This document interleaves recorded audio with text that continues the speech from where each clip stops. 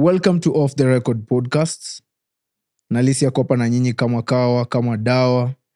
Na leo tunaenda kuongelea story na entertainment law. As usual, tuko hapa kuchanuana story na law, constitution, as citizens, ka vijana, to be specific. So on today's episode tunaenda kuongelea story na usanii na venye wewe kama msanii unafaa kukibenefit na mali kuna mishap ama mali kuna ngori yoyote in regards to your profession kama msanii, in regards to content yako kama msanii. Niko hapa kukuchanua juu ya kenye unafaa kufanya ama kenye unafaa kukifanya in order kuavoid vitu kaa hizi. So basically entertainment law in general ni kitu inakuwa covered kwa constitution. Ina relate na wewe ku-own, ina relate na venye content yenye umemake kama msanii ama kitu yote una come up nayo as a creative inakuwa used kwa industry. Nikisema creative naongelelea wewe kama musician, wewe kama artist wa kuchora, wewe kama photographer, wewe kama videographer. As long as una channel in kwa the creative industry, wewe ni msanii. Wewe kama producer, beatmaker, as long as una channel in your side, wewe ni creative. As long as una make art, wewe ni creative. Wase wengi hujita wasanii. So from that perspective niko sure unanirada. So first nataka tuongelele entertainment law. Word for word, si kenye iko kwa kichwa yangu. Entertainment law ni hapa kuset rules za kuprotect creatives by default. So tusema entertainment law ni nini na kuwa covered hapo. Taka kuongelea story na copyright, story na weka msanii, story kitu inaitwa IPs, royalties na story na contracts. Hizo ndo vitu most ama vitu important zenye zinakuwa covered in the entertainment law. So tukianza na story na copyright, niko sure most of you interact na stuff, especially pale YouTube. Actually interaction yangu ya kwanza na copyright kesizi sema ilikuwa YouTube, naweza sema ilikuwa in relation to film production nikiwa campus. So we happen to use ama tuli happen kufanya a film inaitwa Kasungu Must Go. So in the process of production tulikuwa na a friend mwenye tuli involve in it, an artist, a musician. We agreed ama tuli verbally converse ama through text tukakuwa na confirmation that tunaweza tumia content yake in the school production. Afterwards, after the production and everything, vitu ziliturn ama hazikuenda venye tulikuwa tuna expect zitaenda, because the artist in the end alifeel ni kama tume benefit more from the production ama from the school project more than alikuwa na expect. So in the end alikuwa na request for more, alikuwa na dai domobi kujasaidia yake ama alikuwa dai tumlipe an extra amount to it, of which ni kitu yenye the only thing ili to save in this situation is the fact that we did have a contract between us. As much as tuliongea verbally ama tulitext WhatsApp, nili make sure ama the whole production team ili make sure tuko under something written with the person. As much as we agreed on a certain amount, not something yenye alikuwa anaitisha afterwards. The fact that tulikuwa na this contract, kitu yenye ilitubide pamoja to sisi kutumia content yake, because I promise you ilikuwa some good content tuliend up tumeuse kwa filamu yetu. So using his content kwa our film in the production process, kukuwa na the final copy, ilikuwa something yenye yeye alikuwa sha approve. So him going against it, or the person going against it na kutaka ku-ask for more, ili lose validation juu tulikuwa na a binding agreement. So hakuna any point further angepush in relation to that. So hapa alikuwa na rights zake za copyright as an artist, that any content yangu mnatumia for production yenyu ya filamu, lakini nataka do fulani. So the only thing inakusaidia kama msanii ni mmeagree ni do fulani, have it written, have it as something that is ni kitu physical, kitu yenye mnaweza agree tu mseme tulisaini document pamoja, tuka-agree kama two different parties and we came, tulisikizana tukasema hii ndio ita work for us. Wota nikanje ganji fulani na nitakuwa set na unaweza tumia ngoma yangu kwa filamu yenu. So as creatives kenye ilitusave ni hiyo fact yenye tulikuwa na the binding thing. Otherwise tungekuwa in big trouble ama tungeenda up tumepitia a lot of legal challenges kusort out hii kitu yenye tungekuwa tusha avoid in the first place, yenye tulijisave na tuka avoid in the first place. Nikianza hii story naanza na story na copyright. Mali msanii, copyright basically ni right yako ya ku-own ama kusema hii stuff ni yangu na the only way unaenda kuitumia ni kama umeniomba ruhusa ama nimekuala uitumie ama nimekucharge pesa fulani utumie nini yangu. So contract inatuweka position ya kupata ruhusa, kuomba, kusaidika na kitu kwa fulani kwanza ndio muweze kufanya your own production.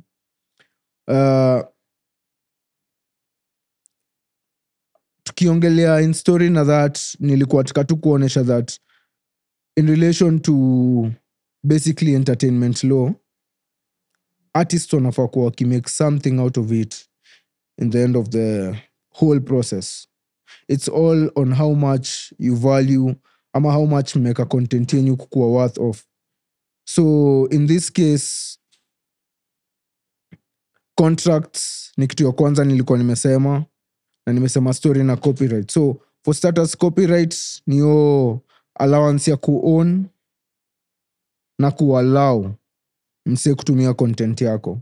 Contract ni yo part ya pili yenye sisi wawili tumekaa chini, tukaongea, tuka-agree, tukasema since Nalisi unatumia music yangu kwa introduction yako ya podcast ama juu unatumia a certain part ya music yangu ama beat yenye nimecreate kupromote content yenye wewe unafanya, na expect unipe e-cut for every amount of money you make, ama from all this I need this amount. Unacheki? So contracts put us in a position of agreement mali tumeelewana as both the production and the distribution part. Naweza sema hivyo ama naweza sema as both parties zimekuwa involved in the whole production process venye mmekuja kuagree that hii stuff ina work for you guys. Okay, so tumesema story na copyright na contracts. Kusema royalties, hiyo ni tuko under entertainment laws. Sorry about that. So under royalties ni ganje yenyewe kama msanii una make from content yako kukuwa streamed, kukuwa aired ama kukuwa played. Like ni royalties haziko limited to a certain duration of the production being made. Royalties ni on basis of how much content yako ita live on air. Nikitumia kitu na make ama kitu yenye inaweza relate na actors in this case, ni kama venye ukifanya production na kitu kama production gani, say Maisha Magic, not Maisha Magic, Showmax. In this case ukifanyanga production na company kama hiyo, most contracts zenye mimi nimepatana nazo ama zenye mimi nimeona fellow artists wakinteract nazo, inakuwaga immediately after you're done with the production ama saa zile mshamaliza, tsemekani filamu mnapiga, the moment mshamaliza kushoot hiyo filamu, the moment uliambiwa contract yako inasema after we're done shooting this, pesa unafaa kulipwa ni do fulani. Sigesi ni first hand information. Pesa unafaa kulipwa ni do fulani. The moment you pay this amount, most of them hawaendingi hapo wamekula royalties. Royalties haziko part of the contract. Unaliponga kufanya kazi.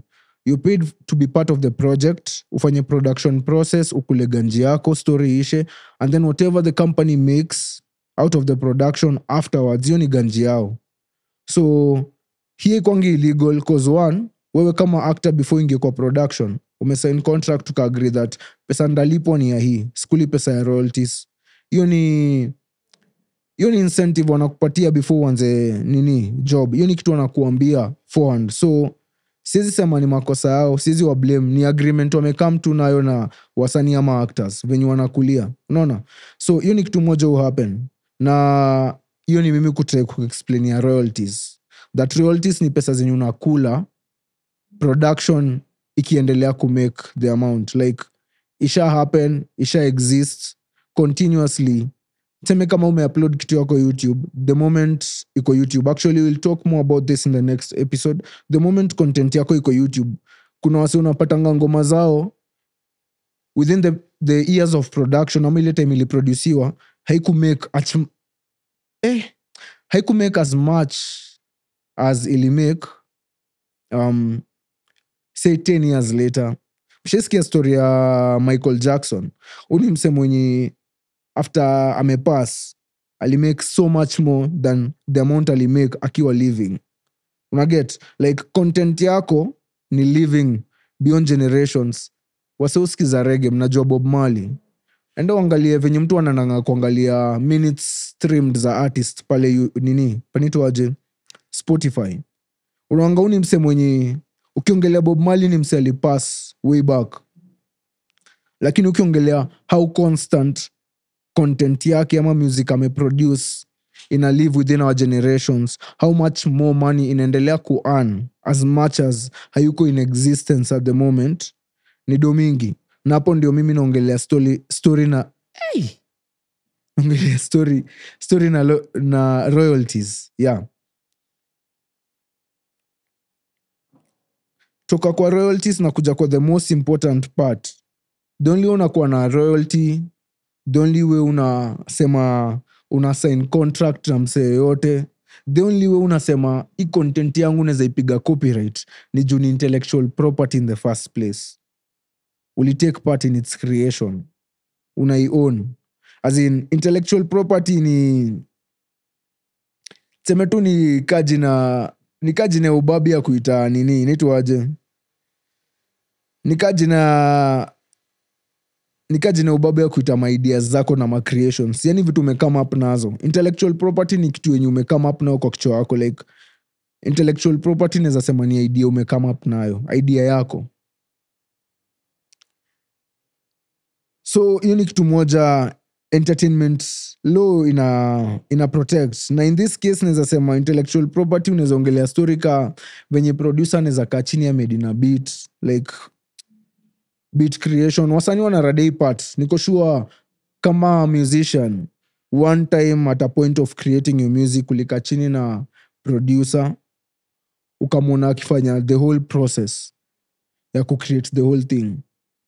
At a point kama actor, mlika sitting mkasema ini first reading yetu ya hii script, mkasikiza script writer ama director mwenye amekuja na script ya script writer fulani akiwasomea word for word ideas za mse na mkasema why stuff ni ngori.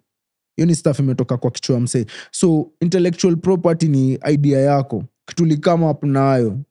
Ni kama venye unasikia ile phrase fulani, unasikia nikosho mshecheki hivi da fulani ya mse fulani asemanga nitakufinya. Nikosho interact na hiyo vida mahali mse fulani anaongeleanga, anaambiwa maneno ya stima, ambiwa watu wa stima wakuja ongelele, wewe kama unataka kazi ambia serikali kupatie kazi. As in that context ni hizi ni vitu random zenye ni intellectual, as in the dumbest thing could be an intellectual property because nani mwingine amesema 14 supu. Si kila mse alifikiria stuff. Ni mse mmoja alinyamaza na akafikiria stuff na ikatoka kwa mdomo yake na kila mtu akaisema. Ama mwenye alisema wakudumu watadumu. Interact na stuff recently. Niko sure mko familiar nayo. So on basis of such hizi ni intellectual properties zenye naweza sema hazikangi kama intellectual properties until you realize venye imekuwa used, unotice by the way nilikama up na kitu ngori sana. Unaona? Kama interact recently na hizi lighter za Bic, zimekuwa zikikuwa naweza sema aje, zimekuwa zikipigwa ni kama marketing strategy fulani. Unapata hiyo imepigwa art imeandikwa kama mimi ule mse, like ma catchphrases zenye actually catchphrases zenye tunaweza interact nazo kama Kenyans. So all these catchphrases ni vitu zenye tunakujanga kupatana nazo mostly on social media. Mostly nakonga tu naweza sema like 60% nakonga msanii random amesema hiyo kitu, ama a common face on social media imesema hiyo stuff na ikakuwa relevant. So that's more of something I could consider an intellectual property, but until it's set as one, si intellectual property.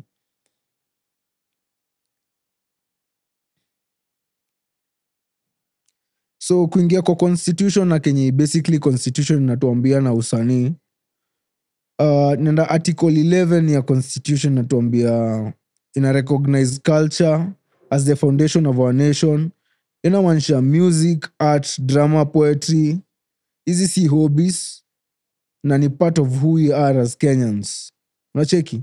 Kwa ile episode ingine, I think tuliongelea kwa episode, I think ni episode 3, tukisema venye hiyo Masai culture, the beadwork, ni kitu imekuwa recognized na UNEP as part of our culture. UNEP ama UNESCO. Imekuwa recognized as part of our culture ama as part of the Masai culture Kenya. Unaona? Sorry about that. On to the next one. Tuko na story na tuko article 40, the right to property. Property maanishi tu story na manyumba na makeja. Intellectual property, IP, yenye nimemention tu previously. Hiyo ni part under property. Ina relate na story na mangoma, lyrics. Hapo ndo maana unapataga ngoma inaproduciwa ama ngoma inakuwa released, and then at the end unapata the artists themselves kwa ngoma wamepatia credits the songwriter. Wamepea credits the person mwenye ana own the intellectual property, in this case mwenye aliwaandikia ngoma. And in this case, sazile mtu anaenda hapa ametumia content yako bila ruhusa yako, hapo ameenda hapa ameviolate your right to property. Next one ni article 33 inatuambia freedom of expression. Hapa inatuambia artists wako na right ya kujiexpress themselves through music ama art yao, as long as whatever wanafanya si hate speech. Tumeona situations zenye artists wametumia their art, music, books naweza sema Bokamsta ikimea wasi walisoma wakiwa high school, like wanatumia books ama art yao ku bring relevance to whatever is currently happening in our society, ama vitu zenye zina interact na sisi kama Kenyans, shida zenye tunapitia, vitu zina happen among us sisi kama youth, kama Kenyans, unaona?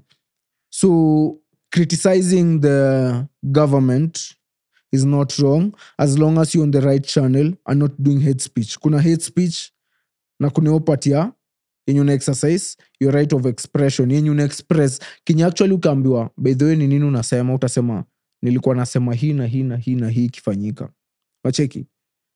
So kitu moja nimerealize ni, ama kitu moja yenye si wote tunajua, kama wewe ni msanii, you definitely have a safe way of expressing yourself, na utajua the right way when unaweza ji-express without wewe mwenyewe kama artist kujipata kwa situation yenye art yako inakuwa considered kama hate speech ama nituaje, ama fight against something yenye si relevant, ama ni kama unatry ku start up ama start up unnecessary wars.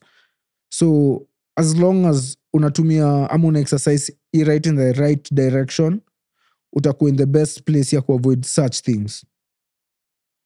Right to information, in article 35 inatuambia artists wanafaa kuwa na access to information about how much money wana make na content yao in story na royalties. So kitu moja yenye nilikuja kurealize ni wasanii wengi tunakuanga na ngori moja as artists, especially in terms of production. Unapotaga wase wengi kwa wasanii wanatengenezanga content fiti, but wanakuanga na concept moja, ati yangu ni ngori itajiuza. Nacheki? Kuna kuanga na hiyo. Alafu sasa kuna kuanga na wale washaruka hiyo step, wanajua ati yangu ni ngori itajiuza na ni mse mwenye atanisaidia kupush hii content, afanye ijiuze vizuri, cause najua mimi na uwezo yangu kivyangu kama msanii sizi achieve the right thing, but najua niko na mse mwenye anaweza nipeleka a few steps higher, niko place yenye nafaa kufika ndo ni reach the relevant audience, ndo niweze kupush more than mali ningepush nikiwa place yenye niko sahi. But sasa shida ni unapataga mse the moment amepata such a channel anakuwa comfortable, anasahau that such a channel inaweza kuwa advantage to them, cause kuna watu wenye wanataka ku grow art, kuna watu wanataka kuibuild waifanye ikuwe a better thing. na kuna msee mwenye anataka kutake advantage of artist cause anajua huo artist ajui ni nini yako nayo, hajui ni nini ameshikilia. Unaona, kuna parts mbili za hiyo. Kuna msee mwenye akutakia vizuri, kuna msee atakujenga, kuna msee atakuchanua kwamba by the way hapa na hapa kuna happening hivi na hivi, so make sure umeshughulikia hii ndio uwe comfortable na kila kitu nakupatia. Na kuna msee anakwambia wewe ujue uko set, usijali, kila kitu iko sawa. Unakuja unafanywa shughuli, kila kitu inakuwa sawa, lakini at the end of it shughuli yako inashika, unakuwa relevant, una gain the right audience, lakini audience yako pia inashanga, kwani msanii wetu hatumjengi bado. Unacheki, inaweza kuwa makosa yako, inaweza kosa kuwa makosa yako, but sasa si makosa yako juu na watch podcast sasa. Unaona, ni kujua the relevant channels za kutumia, ni kujua the relevant questions za kuuliza, kujua ni nini utafanya in order to avoid vitu kaizi kukupata. After hapo ni article 46 inatuambia story na consumer rights. Kama msanii amelipia content yako ama amebuy music yako, wako na right to quality na fair treatment. Consumption ni the same, na hii niko sure ni place yenye haifesingi issue big. Itseme, for example, probably place nda feel inaweza kuwa affected ni kwa events, but personally feel ni kaina interact na hiyo part ya hii, cause sidhani mtu anaweza enda aseme wakadinali wa kuperform vizuri event fulani na dai kuwa su. Miss feel ni kaina inaweza kuwa relevant, but from my understanding, production, as much as the moment content kwa hapo nje, most of us get to receive the best quality based on sources zetu za ku receive the content itself. From hapo nataka tuongelee story na relevant situations za kitu kama hii yenye imehappen. Experience ya kwanza, ama siwezi sema experience, situation ya kwanza yenye nimepiga research yangu nikaona ni wasanii wengi hujipata kwa situation yenye copyright I work for them, ama wanaenda up content yao imekuwa used on basis of them not agreeing to it, na wanakosa kusaidika at the end because they do not know the relevant channels to use ama venye wanaweza saidika. But nataka kubring up situations zenye as long as you're using the right channels as an artist, kuwa sure that content yako itakupatia kenye una deserve, as long as you use the right channels in order to, kama ulitumia the right channels kuipata mali iko ama kuihave place yenye iko. Situation ya kwanza nataka kuongelea ni like real life cases in Kenya za situation kai. Kuna kesi fulani ya Nonini na Cynix Electronics. Kama najua kuna ngoma fulani ya Nonini inaitwa Wekamu. Unaona hapa kuna right yake ya story na intellectual property ilikuwa violated, na alikuwa they ended up paying 4 million in damages for the issue ya how kuenda wametumia ngoma yake ya Wekamu for promotion or other an ad they were doing, yenye hawako wamemlipa, yenye wako wameconsult, yenye wako in any agreement with him. So with him taking them to court, walienda hapo wamemlipa for them not doing the right thing, kutumia ngoma yake bila kumuuliza. Unaona, hiyo ni intellectual property, anayeona kona right ya kuwapeleka kotini. Ngoma ni yako, imetumika bila ruhusa yako, imetumika bila knowledge yako, unajua. Ama wewe kama msanii unajiambia actually ini stuff yenye by default tukiangalia rights ziko under mimi. Hiyo ni kitu ingine unafaa ku understand. Rights zinaweza kuwa si zako. Unaweza kuulifanya kitu yenye ujui mbona rights si zako, but unaweza pata rights zako. Wase wenye walifanya distribution ya ngoma yako uliwauzia rights hata ukujua umewapea rights. Stuff ka hizi zi happen. Unaona? So by default unafaa kujua cha kufanya, ama unafaa kujua cha kufanya unafaa kujua cha kufanya in order to avoid such things happening to you ukifanya content yako. Story ingine ni ya Bamboo.